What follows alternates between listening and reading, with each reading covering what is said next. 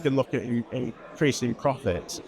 The natural one, obviously, that people think about is, well, how can I save some costs and almost try and save themselves to a profit?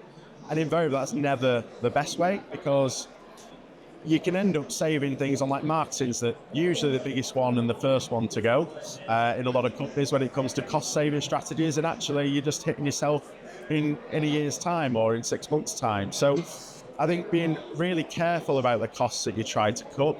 But as I mentioned, a 5% increase in revenue, holding everything else constant, invariably ends up in a 20-25% increase on bottom line. So there are things you can do from a simple point of view to improve profitability, but then being very careful about cost saving, I think is key.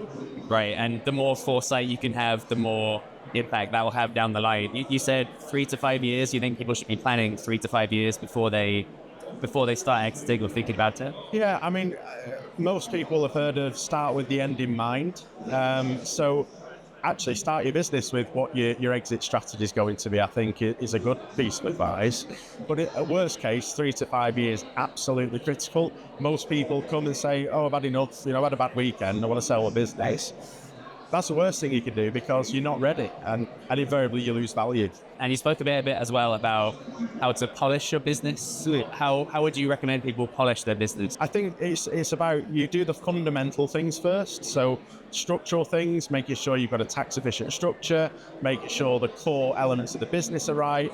And then when we're talking about polishing, really, it's the icing on the cake. It's, just getting the marginal gains, improving all the little areas. And if we can get, a small percentage here and there, that then ultimately compounds and makes a massive impact. So polishing is more around the final bits, the marginal gains, and ultimately delivering more value. And you mentioned, I think, making sure you have a growth plan, and maybe looking at, in terms of structure, having a holding company, things like that. Yeah, so, again, the notion that if you set off sail from Southampton to New York and you're 1 degree out at the start, you're going to end up wherever.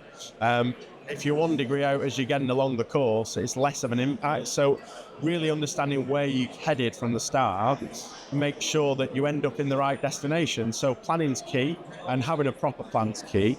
But also, structure in terms of a tax planning perspective. We just had the budget. Of course, we've seen an increase to taxation around selling businesses. Tax planning is probably more key than ever now. So important it's done properly. And then just lastly as well, you mentioned about diversifying the risk is a really important way of increasing the multiples you can get for your business. And can you walk us through some of the strategies that people can use to diversify the risk?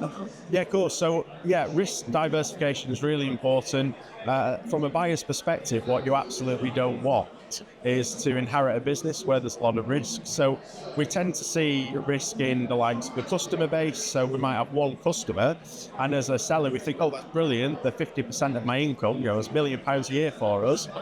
Well, actually, what if they disappear and leave? There's a huge risk in that. So diversifying your customer base, spreading your risk in your customer base is absolutely key.